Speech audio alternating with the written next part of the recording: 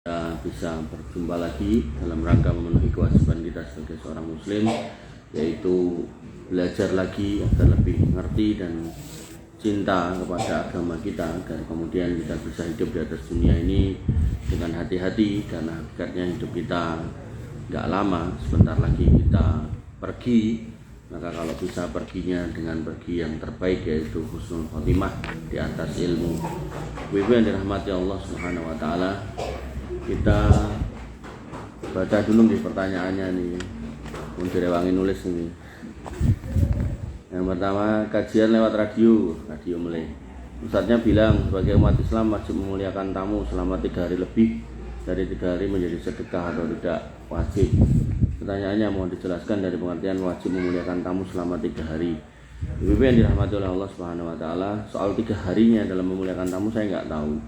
Tapi kalau kewajiban memuliakan tamu memang dalam Islam dikatakan la yu'minu ahadukum hatta yukrima jarohu. Tidak sempurna iman kalian sampai kalian memuliakan tamu kalian, au kama qala, atau hadis yang semisal dengan itu.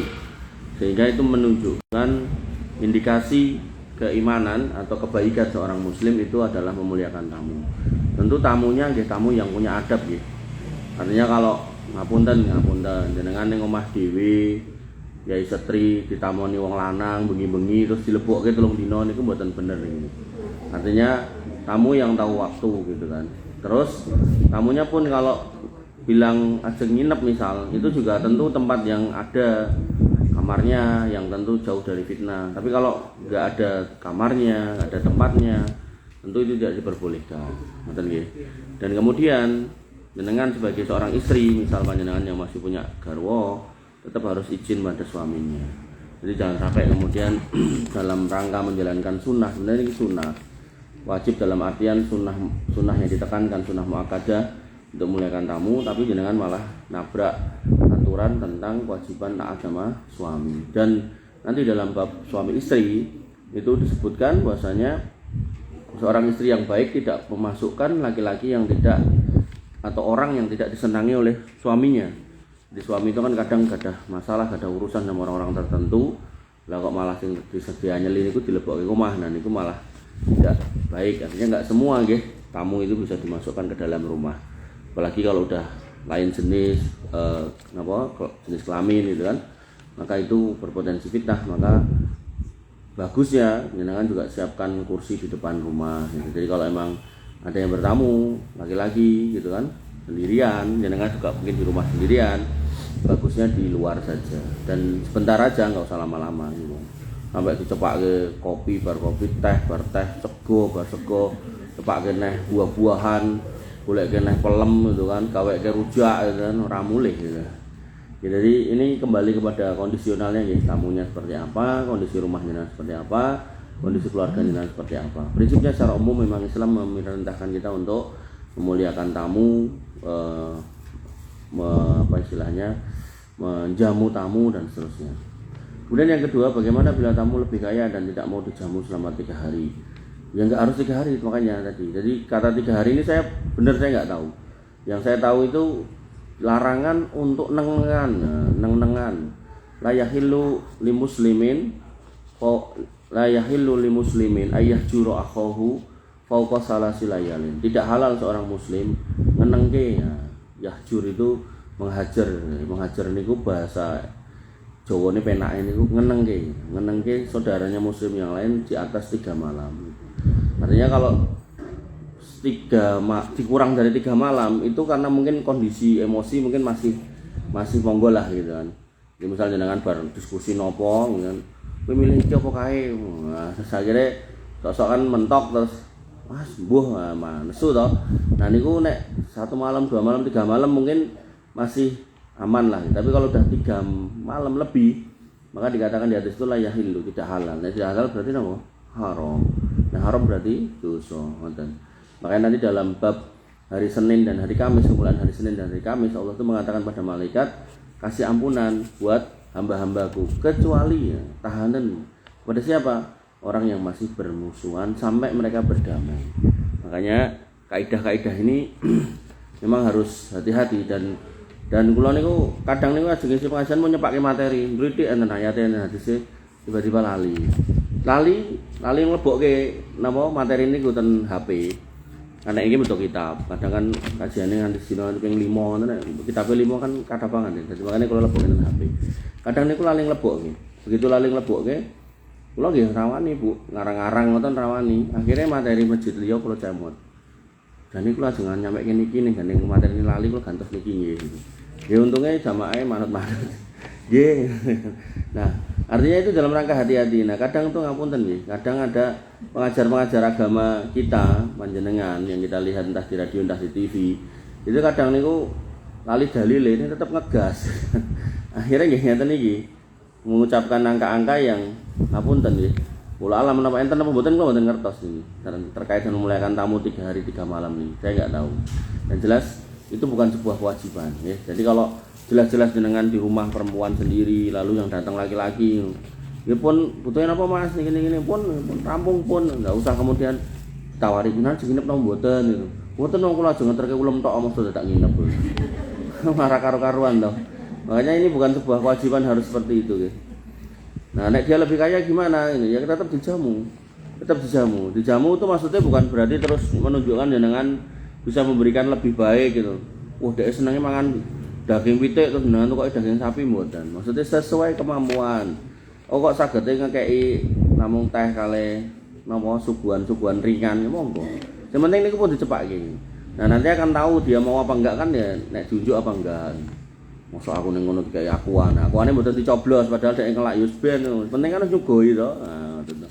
Kalau masih saudara Ustaz, misalnya yang tamu itu masih saudara saya sendiri, saya mampu. Nggih, saudara seperti apa? Misal itu adalah adik jenengan gitu. Perempuan gitu. Ajeng nginep gitu. Kata Nabi apa soal adik perempuan kepada suami jenengan? Alhamu al-maut. Adik ipar itu adalah maut. Nah, maut niku pripun? Maut niku artinya ada potensi terjadinya fitnah tanpa terasa. Mungkin garwa jenengan ngapunten, garwa jenengan sedanten niki ibu-ibu. Iki kan adike bojoku. Akhirnya jenengan pas mboten enten, Mas terkene pasar, yo terkene pasar. Nah, tujuannya pasar menggoke ning liya. Bakso sik yo. Itu Nabi sudah ngelekke ribuan tahun yang lalu. Alhamu al-maut. Jadi enggak selalu nggih saudara pun bisa nginep ten omah jenengan. Jadi kalaupun misal mau diinepkan niku sing aman niku nek adik laki-laki ya.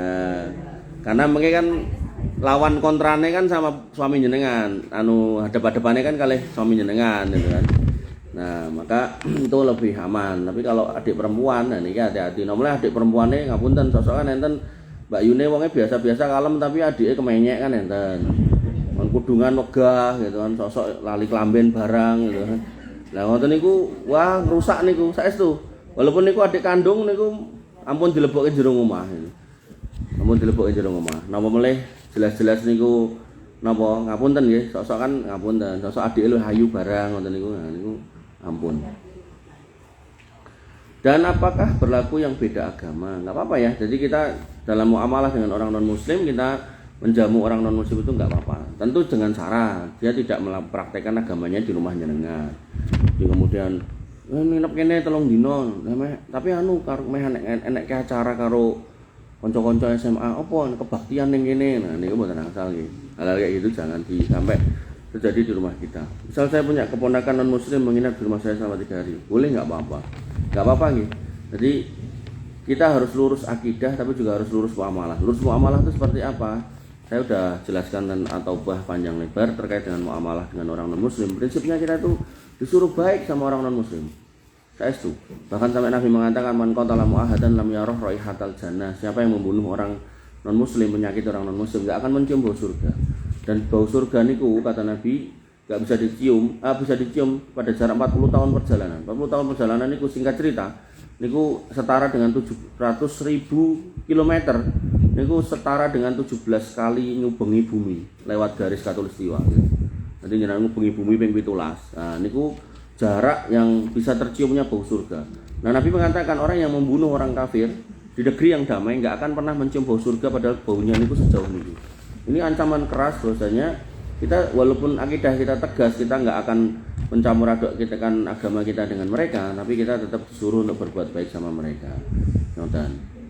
Kemudian yang kedua, masih kajian radio tadi, Ustadz bilang di saat berdoa, ya Allah ampunilah, kasihilah hambamu jika engkau menghendaki, dan itu juga nggak bagus. Dan jika atau kalau tidak termasuk hati yang ragu-ragu serta tidak yakin kebesaran Allah. Pertanyaan, mohon dijelaskan baik hati saya lebih jelas makna dari arti di atas. Jadi dalam berdoa itu malah nggak boleh ya pakai kata-kata jika engkau menghendaki. Jadi malah nggak boleh. Niki Ustadznya ngangkat niku niki. Iya. Bilang kalau jangan pakai jika itu ya berbahaya. Di sini nggak ada niku larangan. Ini Ustadznya malah ngongkon ngoten nih. Enggak. Gitu. Jangan Ustadz bilang di saat berdoa, ya Allah ampunilah, kasihilah hambamu ini jika engkau menghendaki. Kata jika atau kalau termasuk hati yang ragu-ragu, Ustadz. Oh, dia melarang. Ya alhamdulillah nek melarang. Berarti benar gitu. Jadi memang ketika jenengan minta pada Allah, minta aja, nggak usah kata-kata jika engkau menghendaki, jika engkau menghendaki. Ngoten nggih. Nah, jika engkau menghendaki itu kalau dalam bahasa Arabnya itu insya Allah itu adalah jenengan ucapkan kepada sesama manusia, bukan kepada Allah, ketika jenengan merencanakan sesuatu gitu. Mengko dino setu kajian yo ning Dahlia. Oh iya insya Allah gitu. Atau kemudian ketika jenengan bukan menjanjikan ya, memberi harapan pada putra jenengan. Mengko insya Allah nek panen mungkin napa saya wong tani mboten enten to. Engko nek misal untuk proyek ngoten men. Engko ibu tak tukokke motor le misal ngoten insyaallah. Ngoten iki mboten napa. Nah, itu kepada manusia. Tapi kalau kepada Allah jenengan minta jangan nggih. Langsung aja, ya Allah ampunilah dosa hamba, kasihilah hamba, masukkan hamba ke surga, mudahkanlah rezeki hamba dan seterusnya. Jadi jangan pakai jika engkau menghendaki. Ya benar ini, karena itu ragu-ragu. Pertanyaan tersebut katanya ada di hadis gitu kan. Ada, cuman saya nggak hafal. Ada, insya Allah ada. Kemudian yang ketiga, saya punya masalah. Curhatnya pertama tetap sama suami, walaupun suami ilmu agamanya di bawah saya. Ampun ngoten ya. Tapi bila saya tidak tahu harus kemana dan bagaimana saya langsung curhatnya. Saya punya masalah, curhatnya pertama tetap pada suami. Nah, jadi ketika jenengan ngobrol sama suami, tentu jenengan harus menakar apa yang diobrolkan. Kadang memang benar, kadang seorang suami itu nggak ngerti tentang sesuatu, maka jenengan harus bisa ngerim untuk tidak cerita sama suami pada hal-hal yang dia tidak ngerti. Apalagi model suaminya mungkin gampang vertigo, diceritani sing angel-angel malah mumet gitu kan. Nah, maka kemana harus bertanya? Ya Allah mengatakan fasalu ahla dzikri in kuntum la ta'lamun. Tanyalah pada ahli dzikir ketika kamu nggak tahu. Ahli dzikir di sini bukan tukang wirid mboten, tapi ahli dzikir di sini adalah orang yang ngerti ilmu agama. Dalilnya apa? Allah Subhanahu wa taala berfirman, "Inna nahnu nazzalna dzikra wa inna lahu lahafizun." Kami yang menurunkan ad-dzikra Al-Qur'an dan kami yang menjaganya. Sehingga ahli dzikir di sini ahli Qur'an. Ahli Qur'an di sini bukan maksudnya orang yang lancar baca Qur'an, tapi orang yang tahu kandungan Qur'an. Gampangane nggih ustaz, kiai, guru, monggo ketika jenengan paham atau merasa orang-orang yang jenengan ambil ilmunya itu ngerti jawabannya, maka jenengan bisa bertanya kepada mereka. Dan ciri keilmuan seorang yang dianggap ahli ilmu atau ahli Quran atau ahli zikir tadi adalah kalau dia nggak tahu, dia mengatakan nggak tahu, bukan sok tahu. Makanya mengatakan nggak tahu pada urusan yang dia nggak tahu itu setengah dari agama. Ngoten nggih. Jadi nek jenengan ngerti kok wong iki jawabnya taster tuh salah gitu kan. Nah, maka jangan kemudian biasa bertanya kepada yang bersangkutan, karena berarti orangnya nggak hati-hati. Tapi kalau orangnya misal hati-hati, ditanya nggak tahu, dia bilang nggak tahu, oh berarti memang ketok ikut nih aku tekok nih wong iki wae gitu. Karena kadang kalau nggak tahu itu ya pertama dia nggak akan jawab, kemudian yang kedua mungkin dia akan mencari tahu. Kemudian apa nih? Satu, Pak D saya, dia sudah sepuh. Nah, iya, Pak D jenengan mau sepuh bentar. Kepada yang terhormat Ustaz, lewat kajian Dahlia ini pertanyaan, bolehkah dan apa hukumnya suami saya juga saya anggap sebagai sahabat? Suami rasa sahabat, jangan nggih, suami sahabat gitu. Sahabat dalam artian diajak ngobrol akrab bagus, tapi kalau kemudian berpikir itu kayak Nanti enten melih namanya talak dihar. Jadi menganggap pasangan kita seperti keluarga kita. Jadi kalau dalam istilah bahasa Arab, punggungmu seperti punggung ibuku. Jadi madake fisik istrinya dengan ibunya itu nggak boleh. Nanti hukumnya nggak boleh digauli istri yang seperti itu. Makanya seorang wanita juga nggak boleh mengatakan kalimat-kalimat yang semisal itu. Walaupun kalimatnya mungkin nggak jatuh dihar, tapi itu kurang baik kalau udah terbiasa. Kowe kok tak gadek-gadek kok kayak bapakku. Nah, itu juga nggak bagus sih. Nah, jadi sahabat-sahabat aja, suami-suami aja. Tapi kalau ngobrol akrab itu bagus dan termasuk bentuk menjaga keutuhan atau istilahnya kerengketan rumah tangga itu adalah yang ngobrolnya seorang suami dengan istrinya atau istri dengan suaminya. Kemudian yang kedua, bolehkah dan apa hukumnya istri selalu mengingatkan suami yang suka taruhan uang dalam pertandingan bola? Wajib itu taruhan itu judi. Judi itu haram. Untuk duit niku duitnya mboten berkah. Ora untuk duit alias kalah niku nggih ngentekke napa-napa. Maka seorang istri nggih wajib mengingatkan. Lo judi maksiat. Jelas dikatakan di dalam Al-Qur'an innamal khamru wal maisiru wal ansabu wal azlamu rijsun min amalis syaitan. Yang namanya khamr, judi itu bagian dari hal-hal yang najis dan itu amalnya setan. Jadi itu maksiat dan termasuk dosa besar, dimasukkan oleh Imam Adz-Dzahabi dalam kitab Al-Kabair sebagai dosa-dosa besar. Urutannya saya lupa. Jadi di situ ada 76 dosa besar, judi itu masuk di situ. Dan dosa besar itu nggak bisa dihapus cuma dengan sholat, harus dengan taubat. Taubat itu kenapa? Pertama, ya, kerentek ngati yang keras kalau saya akan berhenti, kemudian yang kedua benar-benar berhenti, yang ketiga tidak mengulangi, yang keempat diganti dengan amal yang lain yang lebih baik. Oh, biyen gane judi ngajak uang berarti penggantinya nggih satu enggak judi, yang kedua koncone judi diajak tobat. Nah, niku insyaallah bisa menghapus dosa besar. Ibu yang dirahmati pripun? Salat tobat enggak wajib. Jadi enggak wajib. Salat tobat itu sunnah, jadi enggak wajib. Enggak selalu perbuatan dosa harus wajib salat tobat. Ya, enggak selalu, enggak wajib. Tapi kalau mau salat tobat itu lebih baik. Bibi yang dirahmati oleh Allah Subhanahu wa taala, kita lanjutkan ngomong ke Dajjal. Hadis nomor pinten Bu Tanti terakhir. Oh, buat lali nandani. Oh, lain. Waduh. 1817. Terakhir ini 1817. Oh, berarti lagi 108. Oh, lali nandani. 1818. Loh. Oke, 1818 an Abi Hurairah radhiyallahu an, dari Abi Hurairah radhiyallahu an qala, beliau berkata qala Rasulullah sallallahu sabda Nabi sallallahu ala uhadditsukum hadisan anid dajjal la hadasa bihi nabiyyun qaumahu. Maukah kalian aku ceritakan tentang dajjal yang tidak diceritakan oleh nabi-nabi selainku?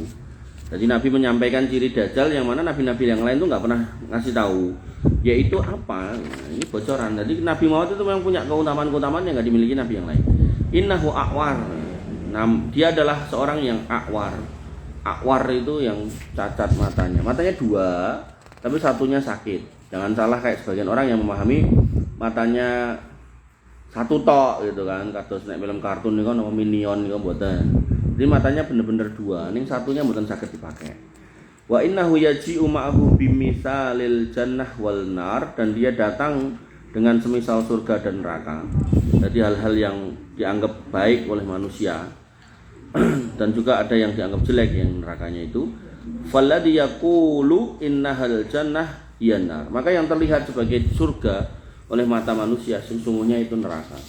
Nah, pelajaran dari hadis ini adalah bahwasannya Dajjal yang aku Tuhan bahkan bisa ngidupke orang mati, menyembuhkan segala macam penyakit manusia, matanya sendiri nggak bisa disembuhkan. Niku hari ini jenengan bisa dapeti orang-orang sing ngaku bisa nyugi wong liya ning dhek dhewe ra sugih. Nah, itulah. Jangan dipercaya. Ada juga orang yang dijaluki obat, ngapunten dengan mungkin didoni segala macam, keringete segala macam gitu kan. Tapi dia sendiri lara ra mari-mari. Nah, hal semacam ini jangan sampai jenengan terkecoh. Gitu. Jadi ini sudah di apa istilahnya? Dikasih bocoran. Hati-hati sama orang-orang yang seperti itu. Karena orang-orang seperti itu yang merusak agama. Orang-orang yang merusak agama. Makanya di sini dikatakan dengan jelas Nabi menyebutkan cirinya, dia itu sakit atau buta salah satu matanya. Dan kemudian yang dibawa itu dua, surga dan neraka. Ada yang baik, ada yang buruk. Tapi menurut pandangan manusia. Nah, Seperti yang saya contohkan pada kondisi pemilu yang lalu, kalau kemudian dikasih amplop isinya duit, itu kan pandangan manusia niku surga, enak gitu kan, songgo jajan, song ini. Tapi menurut pandangan Allah Subhanahu wa taala, niku neraka. Kenapa? Karena itu suap. Dalilnya napa? Ar-rasi wal murtasi finnar. Makanya tadi nggak selalu nggih. Wah, garwane main judi gitu. Seneni mergo napa kalah gitu. Nek menang, wah dipijeti ya. Ampun nggih. Niku lama-lama jenengan wis kaya kena sirepe dajal gitu kan. Ya harusnya nggak gitu. Mau menang mau kalah, kalau itu judi itu nggak boleh dibawa ke rumah, haram gitu kan. Mau banyak mau sedikit, kalau itu barang haram ya tetap haram, ngoten nggih. Jadi jangan sampai salah paham. Nanti ada juga seorang ibu yang kemudian ngerti anaknya itu kerjaannya itu mungkin gajinya cuma anggaplah misal 5 juta atau pinten gitu kan. Tapi kok anaknya bisa beli rumah yang miliaran, nggak pernah ditanya, nggak apa-apa, udah kerja gitu. Padahal kerjanya itu nggak mungkin bisa membeli rumah itu. Ternyata apa? Ternyata korupsi di bank, kerja di bank dia memanipulasi nasabah. Kan enten kasus-kasus ngoten niku loh. Jadi manajer di bank tumpakane Ferrari gitu.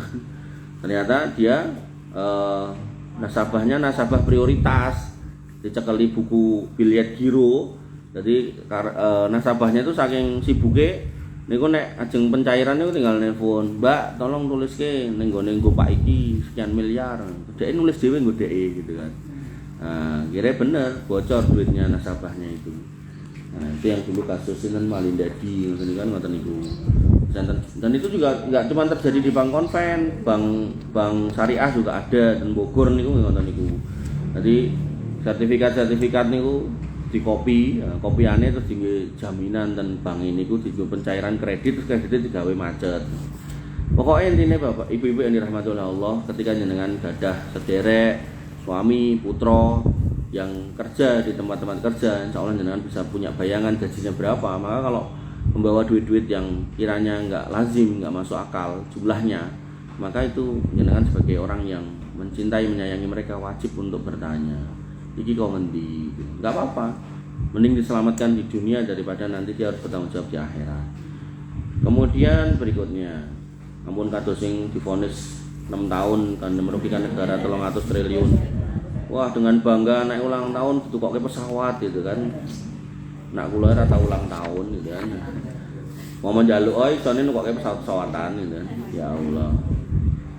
Ani Ibnu Umar radhiyallahu anhu, dari Ibnu Umar radhiyallahu anhu, anna Rasulullah SAW, Nabi SAW zakara ad-dajjal, menyebutkan tentang dajjal baina dohronai an-nas.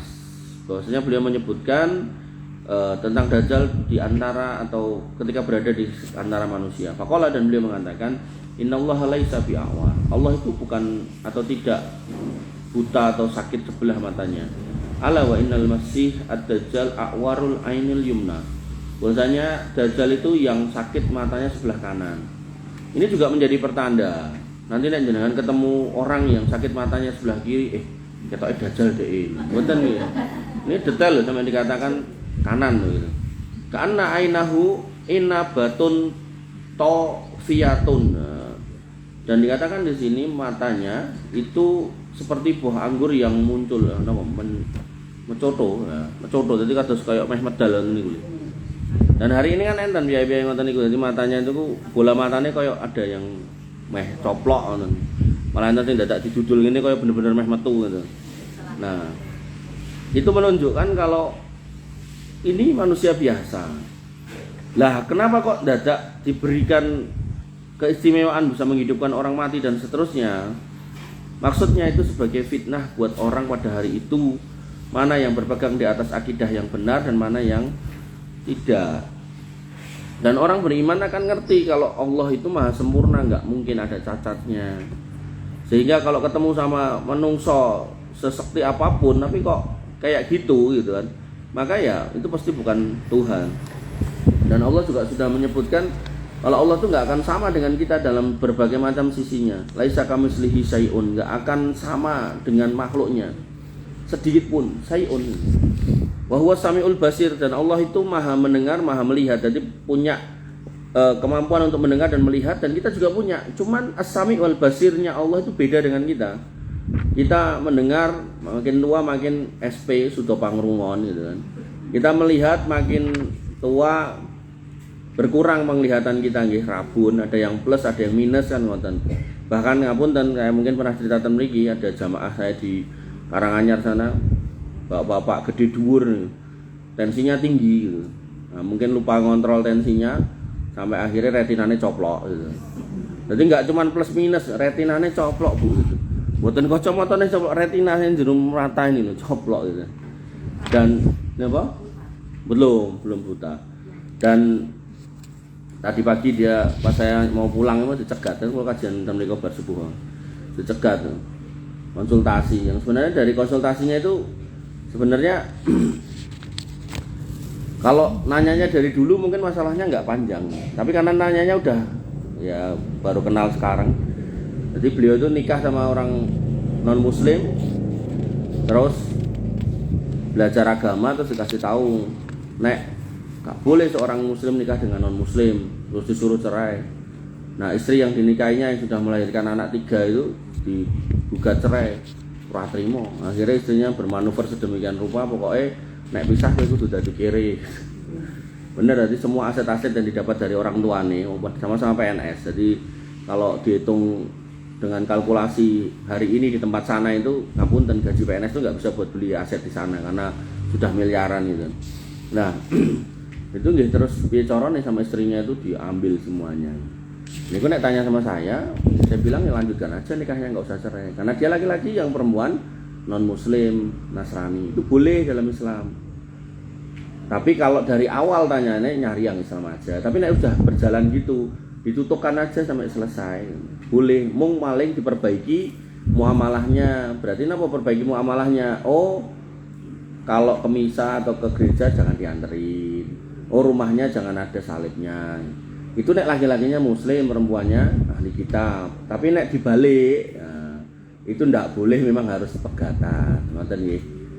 Jadi kalau laki-lakinya yang ahli kitab, perempuannya yang Islam memang harus pegatan. Itu nggak boleh. Jadi itu aturan fikih gitu kan.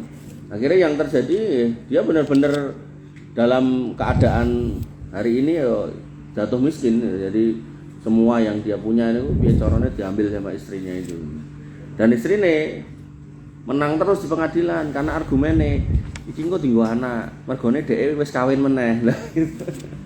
Jadi akhirnya apa, Bu? Akhirnya akidah yang lurus kalau nggak ketemu dengan muamalah yang benar, itu akhirnya menyusahkan gitu. Makanya nanti jenengan dapati orang yang akidahnya ketoke lurus, pokoknya Tuhan itu ya Allah, orang lain kafir. Itu benar kalimat itu. Cuman pada akhirnya dia bersikap kasar sama orang kafir. Bom, gereja dibom, duncali watu. Niku nggih salah gitu. Begitu pula sebaliknya ada orang yang bermuamalah salah, contohnya niku wau gitu kan. Nah, bertanya pada orang yang salah, dijawab dengan salah. Akhirnya direspon jenenge wong wedok ya iso dadi singa barang sok-sok gitu kan. Nah, akhirnya dia punya sikap, punya manuver, terus dikumpulkanlah orang-orang dari kalangannya gitu kan. Sampai dibikin surat macam-macam, sampai yang bersangkutan sampai digoning gereja kan tanda tangan surat pembaruan pernikahan. Jadi dia mungkin matanya sakit itu, jadi pokoknya enek opo tanda tangan wonten mawon ini. Akhirnya ternyata semua yang dia tanda tangani menjebak dia untuk kemudian kehilangan aset-aset. Sakit kan ini. Tapi nggih. Enggak, kalau yang laki-lakinya Islam, perempuannya ahli kitab enggak. Tapi kalau terbalik gitu. Nah, itu yang enggak boleh. Nah, enggak boleh itu otomatis nikahnya rusak. Cuman memang ulama Indonesia itu membuat atau merumuskan atau memilih kaidah satu dariyah mencegah untuk tidak terjadi kondisi ramai di dalam rumah, sehingga ulama Indonesia itu melarang menikah muslim laki-laki dengan ahli kitab. Jadi di KUA itu tidak diakomodir gitu kan. Kenapa? Karena rata-rata orang nikah itu jangankan kok ngomongkan fikih pernikahan beda agama, ngomongkan yang sama agamanya aja kadang dia belum ngerti hak dan kewajiban. Kan kadang tau orang nikah Islam dengan Islam ya rame ya padu gitu kan. Apalagi kalau yang beda agama. Nah, termasuk keliruan dalam pernikahan beda agama niku ngeterke ning gereja, terus ngancani tuku ornamen macam-macam itu. Tapi kalau secara dalilnya masih ada. Tapi ulama Indonesia milih untuk melarang. Enggak apa-apa, itu sebuah kajian fikih mereka, nggak apa-apa gitu kan, melarang. Tapi kan sudah terlanjur, tutupnya aja gitu. Dan tentunya dengan tutupnya ini misinya adalah mengajak istrinya ini pindah agama, karena faktanya anaknya Islam semua, tiga-tiganya gitu. Jadi jangan langsung disuruh cerai gitu. Karena ya namanya, dan dia benar-benar yang istrinya itu di backup sama kalangan gerejanya, ditulungi sedemikian rupa, mungkin ya boleh pengacara. Jadi ya namanya drama, pemain sinetron, jadi ya mungkin curhat sama gerejanya, saya wangi gitu. Apalagi asetnya banyak, miliaran kan. Nah, miliaran kan ada 1/10 toh. Nah, iya tak Bu? Ada 1/10. 1/10 kan lumayan, gereja untuk 10% gitu kan. Ibu yang dirahmati oleh Allah Subhanahu wa taala, an Abi Hurairah radhiyallahu anhu, dari Abi Hurairah radhiyallahu anhu, anna Rasulullah sallallahu alaihi wasallam, Nabi sallallahu alaihi wasallam qala, bersabda, la taqumu sa'ah hatta yuqatilal muslimuna al-yahud. Kiamat enggak akan pernah terjadi sampai orang Islam nanti akan memerangi orang-orang Yahudi ya. Hatta yahtabi'a al-yahudiyyu min wara'il hajar wasyajar. Sampai mereka orang-orang Yahudi lari terbirit-birit tunggang langgang di bawah pohon dan di balik batu dan pohon. Makanya ini kalau kita nggak melihat hari ini yang di Palestina, kita baca ini tok, kita itu kadang terus sakit wong Yahudi, masuk orang Islam kejem buatan. Dengan jenengan hari ini melihat bagaimana kekejaman mereka, maka kalau ini yang terjadi, jenengan moco kayak gini, maka ya kalau fitrah kita masih baik gitu kan, kita mungkin akan mengatakan ya memang wajar mereka is koyo ngono. Jadi negara sak pirang-pirang elek mereka juga napa istilahnya nggak peduli gitu loh. Sampai bayi, ibu-ibu, mbah-mbah gitu, disikat semua gitu kan. Wa yaqulul hajar wasyajar, ya muslim hada yahudiyun khalfi ta'ala faqtuluh, maka berkatalah batu dan pohon, hai orang Islam, ini loh orang Yahudi di belakangku patenono. Jadi sampai batu itu ngomong. Nah, dan pohon secara umum ngomong illa al-gorqot, kecuali satu pohon namanya gorqot, fa innahu min sajari yahud, dia enggak mau ngomong. Jadi nanti di hari kiamat itu ada batu yang ngomong. Niki nek orang enggak ngerti, mosok enek batu ngomong ki hadis kaya ora masuk akal. Ada di dalam Al-Qur'an dikisahkan tentang kisah Musa alaihissalam ketika di diece sama orang Yahudi. Orang Yahudi itu pokoknya gane ngece. Terus ngece, kadang melukai, menyakiti, bahkan membunuh para nabi. Itu termasuk Musa alaihissalam, seorang yang pemalu. Itu diece karena Musa yang pemalu ini, dia kalau pakai baju itu brukut gitu.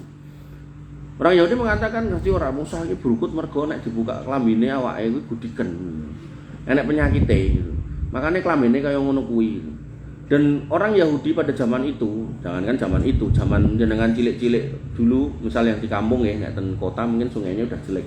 Yang di kampung kan sosok dah cilik-cilik niku kan adus bareng ten kali ngoten niku to. Nah, maka zaman dulu nggih tambah ngoten niku. Jadi orang-orang Yahudi dulu biasa ten kali, ten sungai ngoten mandi bareng gitu kan. Nah, nggih cowok sama cowok, cewek sama cewek gitu kan. Nah, terus Musa enggak mau bareng sendirian gitu kan. Nah, bajunya ditaruh di atas batu. Nah, Allah menginginkan agar kemudian orang Yahudi ini ngerti, nek kamu yang kamu ucapkan itu fitnah, maka batu yang di atasnya ada baju ini berjalan. Jadi dikisahkan batunya itu berjalan, menghampiri kumpulan orang Yahudi yang baru mandi. Dan Musa melihat batunya berjalan, dioyak batunya sampai di depan orang Yahudi, dan orang Yahudi melihat Musa dalam kondisi gak pakai baju dan badannya udah bagus, keker, boten kados kula gitu. Nah, bagus, keker, putih meneh gitu kan. Nah, jadi kaget mereka, oh kok kayak gitu gitu. Nah, sehingga itu menjadi dalil bahwasanya sejak zaman itu saja udah ada batu yang berjalan. Nek berjalan aja bisa, ngomong nggih insyaallah bisa. Ngoten nggih. Dan itu mudah buat Allah Subhanahu wa taala. Sebagaimana halnya ketika Nabi SAW diracun oleh orang Yahudi, dikasih kambing panggang. Kemudian Nabi memakan, waktu dimakan kambingnya ini ngomong, padahal kambing ini pun bentuk daging potongan. Ngomong kalau aku ini masmumatun, mengandung racun. Maka Nabi SAW berhenti makan dan diangkat. Fa innaha qalat, dia berkata, ini daging ini fa innaha masmumatun, dia beracun gitu kan. Nah, kemudian orang Yahudinya dipanggil, yang ngasih makan itu, yang ngasih hadiah itu wanita Yahudi, ditanya, ngopo to? Mahama lagi alaan sonakti, ngapa kamu kok tidak ngeracun aku? Kata orang Yahudi itu, kowe nek memang tenan nabi lam yadurruka syai', tentu yang tak lakukan nggak akan membuatmu binasa. Tapi kalau kamu bukan nabi, wa in kunta malikan, nek kowe menungso biasa sing mencari jabatan di antara manusia, maka qad arihta annasa minka. Aku sudah membuat manusia itu beristirahat dari kamu. Artinya apa yang mau mbok lakukan, ingin menguasai manusia itu sudah tak stop gitu. Tapi karena dia sallallahu alaihi wasallam ini nabi, beliau ini nabi, maka Allah mengizinkan si daging ini ngomong gitu kan. Makanya nanti di akhirat itu nggih, nek mungkin panjenengan pernah mendengar dari SD dulu saya rasa. Itu yang berbicara sudah tidak lagi mulut gitu, tangan yang ngomong, kaki yang ngomong gitu kan. Terus semua lidah yang ngomong gitu, bukan mulutnya tapi apa yang memang diminta untuk bersaksi itu yang ngomong gitu. Ditanya tangannya, kamu dulu pernah mukul ini gitu kan. Nek mulut mesti selak, mulut tangannya yang suruh ngomong. Maka itu mudah buat Allah Subhanahu wa taala. Ngantuknya tenanan nganti ngorok-ngorok. Ibu yang dirahmati oleh Allah Subhanahu wa taala. Kemudian hadis berikutnya 1821. Wa anhu radhiyallahu an, dan dari Abu Hurairah radhiyallahu an, qala, beliau berkata, qala Rasulullah sallallahu alaihi wasallam, bersabda Nabi sallallahu alaihi wasallam, "Walladzi nafsi biyadihi la yadhabul dunya hatta yamurra ar-rajulu bil qabr." Wah, ini kuburan. Demi zat yang menggenggam jiwaku di tangannya. Ini sumpah versi lainnya. Jadi manusia kayak kita itu kalau bersumpah nggak boleh menyebut nama kecuali nama Allah. Misal jenengan saking tresnone kali garwan jenengan, demi cintaku padamu Mas, nggak boleh. Atau demi bintang-bintang di langit nggak boleh. Atau demikian nggak boleh. Jadi harus menyebut nama Allah kalau memang jenengan mau bersumpah demi Allah. Itu bahasa Indonesia nih. Atau wallahi bahasa Arab, atau taullahi itu bisa, atau billahi itu bisa. Nah, dengan kalimat yang lain, ya, ini salah satu contohnya, walladzi nafsi biyadihi, demi Rob yang menggenggam nyawaku. Nah, itu berarti juga maksudnya Allah. Atau bisa juga dengan mengatakan demi Robnya Ka'bah, Robnya Mekah gitu. Itu bisa juga. Atau nanti dalam dialog orang Arab Badui dengan Nabi SAW, dia bertanya, siapa yang menciptakan langit, siapa yang menciptakan bumi, siapa yang menciptakan atau menancapkan gunung. Nabi mengatakan Allah, maka kemudian orang itu bersumpah demi yang menciptakan langit, yang menciptakan bumi, yang menancapkan gunung, apakah benar engkau diutus oleh Allah gitu kan. Nah, maka Nabi mengatakan benar. Maka semua bentuk kalimat yang intinya sumpahnya itu dikembalikan atau kembali kepada Allah Subhanahu wa taala itu boleh. Tapi kalau enggak kembali kepada Allah, tapi kembali kepada makhluk seperti demi tadi itu yang saya contohkan macam-macam, itu tidak diperbolehkan. Nah, tapi untuk Allah itu boleh. Allah bersumpah dengan makhluknya. Wadduha demi waktu duha, wal fajri demi waktu fajar, wal laili demi waktu malam. Nah, itu menunjukkan bukan berarti makhluknya ini adalah tandingan Allah, bukan, tapi menunjukkan makhluknya itu ciptaan yang agung di sisi Allah Subhanahu wa taala, yang mana manusia harusnya kemudian berpikir, oh berarti ini makhluk penting. Nah, harusnya kemudian manusia ini merenung, ini ada apa di waktu fajar, ada apa di waktu duha, ada apa di waktu malam, ada apa di waktu siang, dan seterusnya. Ibu yang dirahmati oleh Allah Subhanahu wa taala, nah, Nabi bersumpah, walladzi nafsi biyadihi, demi Rob yang menggenggam jiwaku di tangannya, la tadhabud dunya hatta yamurru rajulu bil qabr, tidaklah dunia ini akan lenyap hingga ada orang yang melewati kubur.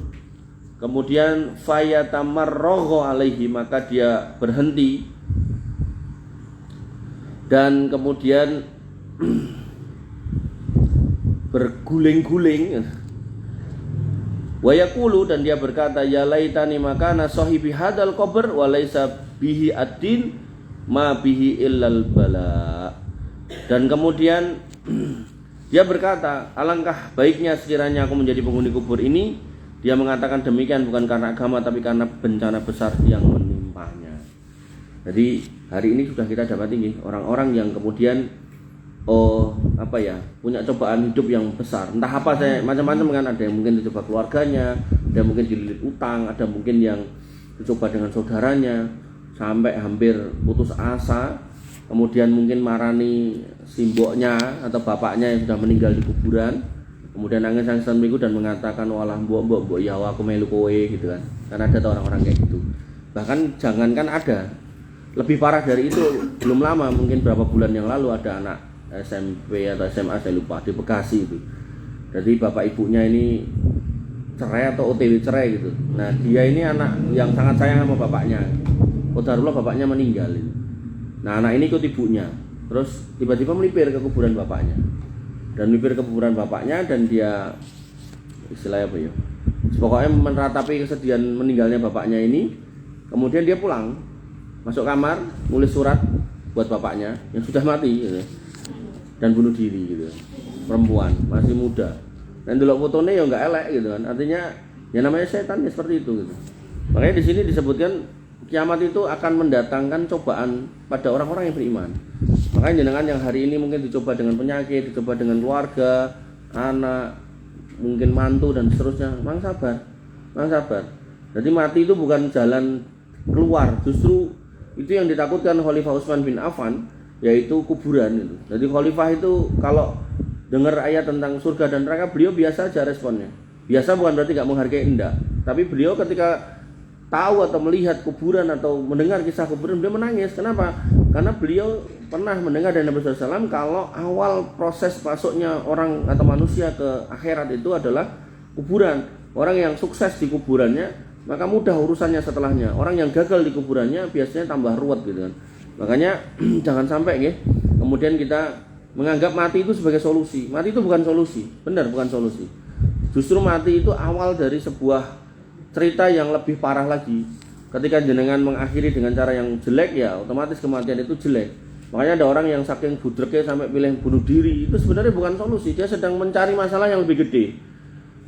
Satu dunia orang menghujat dia terus dia bunuh diri, maka itu akan menghadirkan hujatan yang lebih besar lagi, yaitu dari Allah Subhanahu wa taala, bahwasanya Allah sangat marah pada orang-orang yang mengakhiri hidupnya dengan tidak baik. Oleh karena itu maka apapun yang terjadi, kan sekarang kadang ada toh orang atau anak itu bully sama temennya, stres akhirnya bunuh diri gitu kan. Nah, hal seperti ini harus dengan antisipasi gitu. Jadi kalau jenengan gak ada putra SMP, SMA, jangankan SMP, SMA, yang di Semarang itu malah residen. Jadi residen itu calon spesialis, putri lagi, jilbaban lagi gitu. Astagfirullah. Jadi dibully sama seniornya, diperes sama seniornya, suruh ngumpulin duit gitu kan. Nah, terus nggak sanggup untuk menyediakan, akhirnya terus merasa capek, merasa berat, akhirnya bunuh diri. Nah, jadi itu bisa menimpa semua orang gitu kan. Semua orang dengan semua latar belakang pendidikan. Nah, jalan tengahnya adalah agama. Makanya jenengan yang hari ini punya putra-putra yang sudah akil balik, udah SMA, udah kuliah gitu kan, diajak merapat dan kajian, terserah ten budi. Misal umur-umur semonten senengnya ten masjid kotak, ya ditameni ten masjid kotak, yo ning masjid kotak atau ten pundi kalitan niku Humairah nih kan. Humairah nggih bener nggih. Nah, Humairah misal ten niku isine cah wedok-wedok enom-enom ya mung dijak niku. Disenengke ke masjid. Jenengan sing ngancani wis kowe maju ibu tak ning mburi njogo sendalmu, enggak apa-apa. Jadi jenengan pastikan dia di situ. Mungkin jenengan mau ngongkon tok mangkate rono menggo liya gitu kan. Nah, kancani, oh wis mlebu, tantene ning ngene ya nduk, ning kono linggo sing ning ngarep. Gitu. Jadi harus seperti itu karena kalau tadi potretnya cah cilik, cah gede, cah enom, cah pinter, bahkan ngapunten cah tuwek gitu kan. Itu kalau kemudian dengan berbagai macam cobaan ya, kalau nggak punya landasan iman yang baik, wes pilih mengakhiri hidup dengan cara-cara yang nggak benar. Bibik dirahmati oleh Allah Subhanahu Wa Taala. Jam 5 kurang 5. Satu lagi, wes ben komplit. Wa anhu radhiyallahu an qala, dan dari Abu Hurairah lagi beliau berkata, qala Rasulullah sallallahu alaihi wasallam, sabda Nabi sallallahu alaihi wasallam, la taqumu sa'ata yahsira al-furatu an jabalin min dahabin yuqtatalu alaihi. Nah, iki ketoknya nggih pun enten iki terjadi juga. Hari kiamat gak akan terjadi sampai yang namanya sungai Efrat menyingkapkan gunung emas sehingga orang saling membunuh untuk mendapatkannya. Jadi belum lama kalau ningali video, ini bukan sungai Efrat itu ten Arab mriko. Nah, ten Irak mriko. Niku enten piyai-piyai ten Arab niku masuk ke suatu gua ngoten, niku tuteng templek niku masak pirang-pirang, akeh banget itu. Nah, maka itu kayak semacam sudah pembukaan itu loh, pembukaan akan terjadinya kiamat itu. Nah, untungnya yang saya lihat di video itu mereka saling berbagi emasnya. Tapi kalau kemudian nanti yang datang itu orang-orang yang nggak punya agama, ya tentu akan bunuh-membunuh. Dan ini tinggal nunggu waktu sebenarnya. Kemudian fayuqtalu min kulli mi'atin tis'atun wa tis'una, dan mereka akan saling bunuh-membunuh untuk mendapatkannya. Setiap 100 orang tewaslah sebanyak 99 orang. Berarti sing mati kan kayak biangan ini. Kemudian setiap orang di sini dikatakan fayaqulu kullu rajulin minhum, setiap orang akan mengatakan la ali an akuna ana anju. Aku berharap yang satu itu aku. Wa fi riwayatin yusiku ayyahsirul furatu an kanzim min dahabin faman hadarahu fala ya'khud minhu syai'an. Dalam riwayat lain dikatakan hampir saja sungai Efrat itu menyingkapkan perbendaharaan emasnya. Barang siapa yang mendapat hal tersebut maka janganlah mengambil pun darinya. Jadi kalau nanti sungai itu sekarang OTW napa sat. Nah, jadi ada menara kayak nek ten Juruk niku kan jenengan keng jembatan kan ketok enten menara pandang niku kan. Niku nek posisi ketiga niku kan mandap, posisi hujan ngeten naik gitu. Nah itu makin tahun itu turun terus itu ketinggiannya sungai Efrat itu. Nah tinggal nunggu waktu itu sungainya itu kalau udah turun nanti ada di bawah itu ada emas-emas yang ketok. Nah, kata Nabi SAW kalau itu terjadi maka nanti akan rebutan manusia 100 orang berebut, 99-nya mati, satu hidup. Berarti ini yang mati duanya. Nah kalau itu terjadi jangan ikut. Nah pelajarannya buat Indonesia apa? Kan ini Efratan mereka. Pelajarannya ini ku jenengan kembali ke tahun 99, 98, kerusuhan nih kok. Kudunya lo ya, orang yang belajar niki kudunya kalau ngelihat orang dorayahan bondo sing dudu bondone, ora usah melu-melu. Wong faktane yo padu, bahkan ada yang mati kobong ngoten niku to. Maka itu enggak baik dan enggak benar. Lu kan nggone Cina kafir, Cina kafir pun enggak boleh kita dolimi lho, Bu. Enggak boleh. Makanya Nabi mengatakan ittaqud dzulma wa in kana kafiron, jangan berbuat dolim walaupun pada orang kafir. Fa inna bainahu wa bainallah laisa lahu hijab. Karena antara dirinya dan Allah enggak ada hijab, au kama qala. Enggak ada hijab.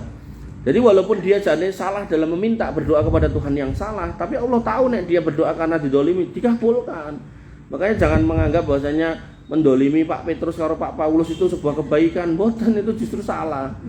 Begitu pula sebaliknya, loh berarti aku ora entuk dolimi wong kafir, nek no tak sikapi baik terus tapi karo wong Islam yo dolim, yo mboten angsal. Larangan mendolimi orang kafir menunjukkan bahwasanya kita lebih wajib untuk berbuat baik kepada orang Islam. Artinya nek orang kafir kita suruh baik ya sama orang Islam ya harus lebih baik, jangan dibalik. Nanti karo wong kafir apike ra karo-karoan, karo wong Islam eleke ra ukur gitu. Nah itu nggih mboten bener juga gitu. Perhatian ibu-ibu yang dirahmati oleh Allah Subhanahu wa taala, semoga pertemuan kita di sore hari ini mendapatkan kebaikan dari Allah Subhanahu wa taala, wabil khusus ilmu yang bisa jenengan jadikan pegangan. Intinya pokoknya kita berhitung ini waktu sudah mendekati bukan maghrib lagi, mendekati maut gitu kan. Karena ada orang yang mungkin sampai rumah kemudian dipanggil oleh Allah Subhanahu wa taala gitu.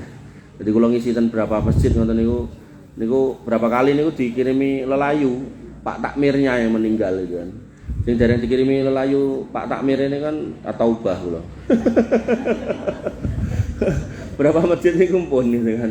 Artinya itu satu siklus yang pasti akan terjadi. Nah, apa mesti pinggirke? Malah ndelok adikmu.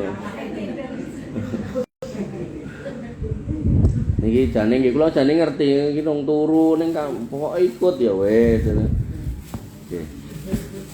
Kita tutup dengan doa nggih, panjenengan aminkan semoga pertemuan kita pada sore hari ini mendapatkan kebaikan dari Allah Subhanahu wa taala. Bismillahirrahmanirrahim. Alhamdulillahirabbil alamin, hamdan syakirin, hamdan naimin, hamdan yuafi ni'amahu wa yukafi mazidah. Ya Rabbana lakal hamdu kama yanbaghi li jalalika wa adimi sultanik. Rabbana lakal hamdu anta nurus samawati wal ardi wa man fina wa lakal hamdu la ilaha illa anta subhanaka inna kunna minadh dhalimin wa illam taghfir lana wa tarhamna lanakunanna minal khasirin. Allahumma inna nas'alukal huda wat tuqa wal afafa wal ghina. Allahumma ighfir lana dzunubana wa liwalidina warhamhum kama rabbana shighara. Allahumma ighfir lahum warhamhum wa'afihim wa'fu anhum wa akrim nuzulahum wa wasi' madkhalahum waghsilhum bil ma'i wasalji wal barad. Allahumma taqabbal minna siyamana wa qiyamana wa ruku'ana wa sujudana wa tahassu'ana wa tadarru'ana. La ilaha illa anta subhanaka inna kunna minadh dhalimin wa illam taghfir lana wa tarhamna lanakunanna minal khasirin. Allahumma inna nas'alukal huda wat tuqa wal afafa wal ghina. Rabbana hab lana min azwajina wa dhurriyyatina qurrata a'yun waj'alna lil muttaqina imama waj'alna lil muttaqina imama. Allahumma ja'alna muqiminas shalah min dhurriyyatina rabbana wa taqabbal du'a. Allahumma ja'al hadzal baladan aminan mutma'innan warzuq ahlahu minas samarati wajrumna wa banina an na'budal asnam. Allahumma aminna fi awtanina wa asli aimadana wa wulata umurina. Allahumma inna nas'alukal jannah wa na'udzubika minan nar. Allahumma inna nas'alukal jannah wa ma qarraba ilaiha min qawli wa amal, wa na'udzubika minan nar wa ma qarraba ilaiha min qawli wa amal. La ilaha illa anta subhanaka inna kunna minadh dhalimin wa illam taghfir lana wa tarhamna lanakunanna minal khasirin.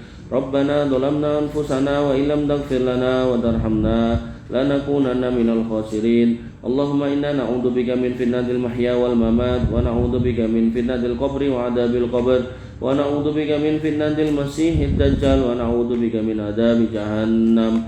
Rabbana atina min ladunka rahmah wa hayyi' lana min amrina rasada. Rabbana atina ma wa'adtana ala rusulika wa la tukhzina yaumal qiyamah innaka antas sami'ud du'a innaka la tukhliful mi'ad. Rabbana atina fid dunya hasanah wa fil akhirati hasanah wa qina adzabannar wa qina adzabannar wa qina adzabannar wa qina adzabannar. Wa akhiru da'wana alhamdulillahi rabbil alamin. Wa sallallahu ala nabiyyina Muhammadin wa ala alihi wa sahbihi wa sallim ajma'in. Akhirul kalam, subhanakallahumma bihamdika asyhadu an la ilaha illa anta astaghfiruka wa atubu ilaik. Assalamualaikum warahmatullahi wabarakatuh. Pak Ustadz Gula Fatul Alfi telah menyampaikan tausiah pada sore hari ini, semoga bisa bermanfaat bagi kita semua.